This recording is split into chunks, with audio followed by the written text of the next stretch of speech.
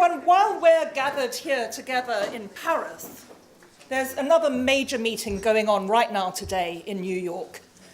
And this is under the UN Commission on the Status of Women. And member states and NGOs have come together to consider progress in the 20 years since Beijing. So Beijing in 1995 was an extraordinary conference that really changed the face of gender and development around the world. There were 17,000 delegates, and around them a further 30,000 activists who came together to really make some statements and plans for action and what we can do to transform gender relations and gender norms globally. I myself was invited in those days, I was invited as a youth delegate on my own country's delegation there. We didn't have enough money to send everyone, so we decided to send our elders.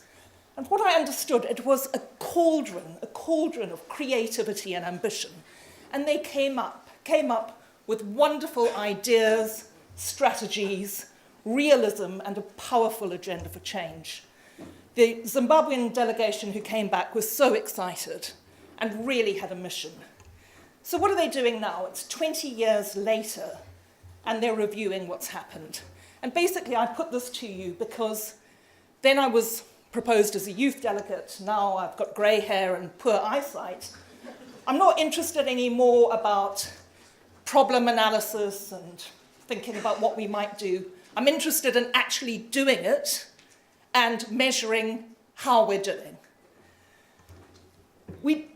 I think there's a shift in responsibility for all of us in the research community, a shift from problem analysis, vulnerability analysis, understanding what's wrong, to actually understanding the levers for change and how we're doing on them.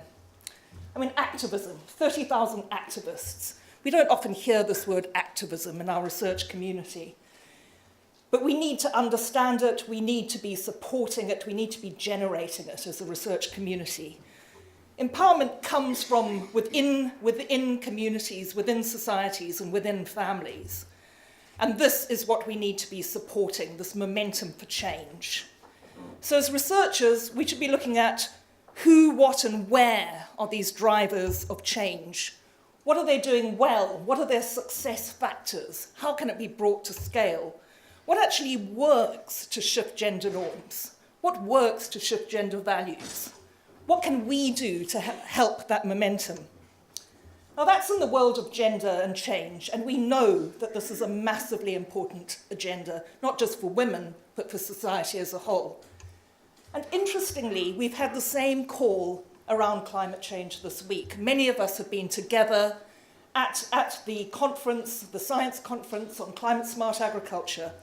And in the very opening keynote speech, we heard from Mark Howden. And he really issued us a call for change. He said, look, if you look at the research that has been done on climate change to date, it has dwelt enormously on problem analysis, vulnerability, and planning. We need to shift that agenda now to implementation and to monitoring our success and learning from it. We need to close that learning loop if real change is going to happen, and particularly at the urgent pace we need it to happen.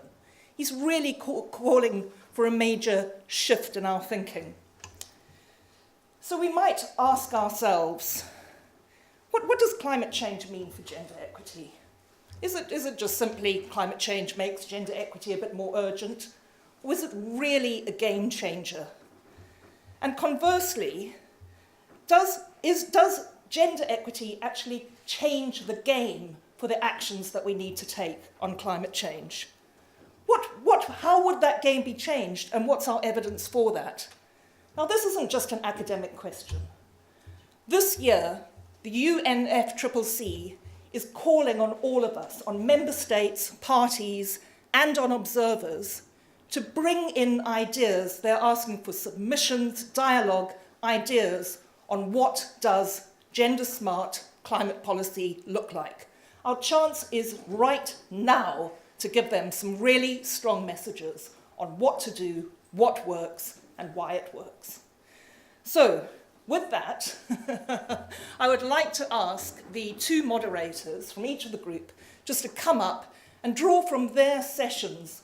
What do they think are the three really key messages, evidence-based messages for policy on climate change, agriculture, and gender? Thank you.